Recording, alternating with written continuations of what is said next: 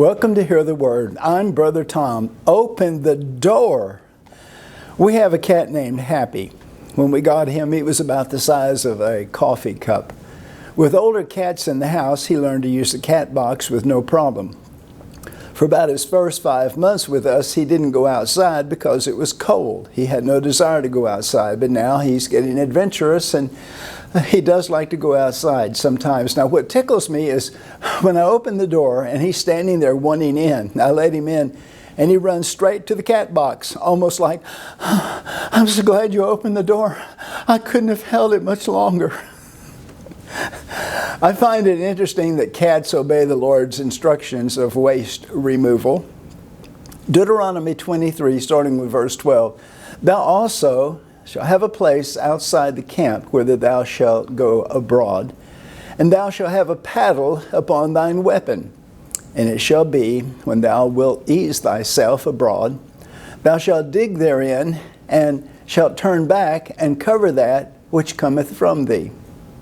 For the Lord thy God walketh in the midst of thy camp, to deliver thee, and to give up thine enemies before thee.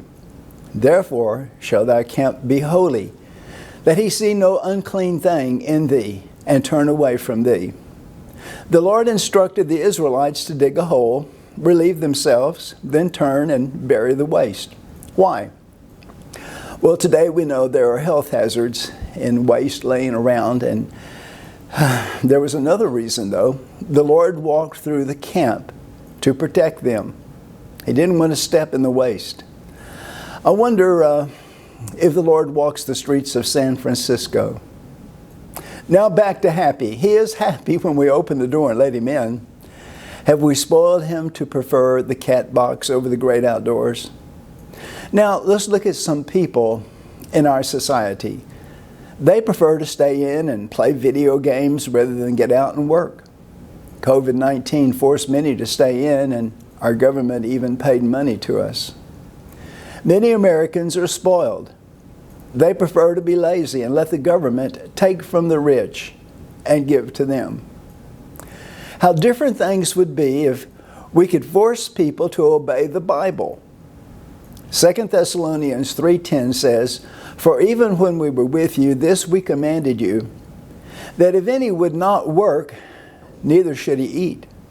You don't work, you don't eat. Being productive leads to a satisfaction the lazy person cannot know.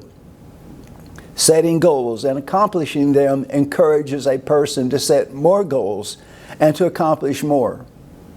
The goal may be to complete a mechanic course and work as a mechanic, or a plumber, or an electrician, or a doctor, or a preacher if God's called you to preach. Laziness produces dissatisfaction, low self-esteem, and strife. To have a happy and healthy life, be productive. Put God first in your life. Do your best to please your master, and enjoy the adventure. Blessings to you till next time. Bye for now.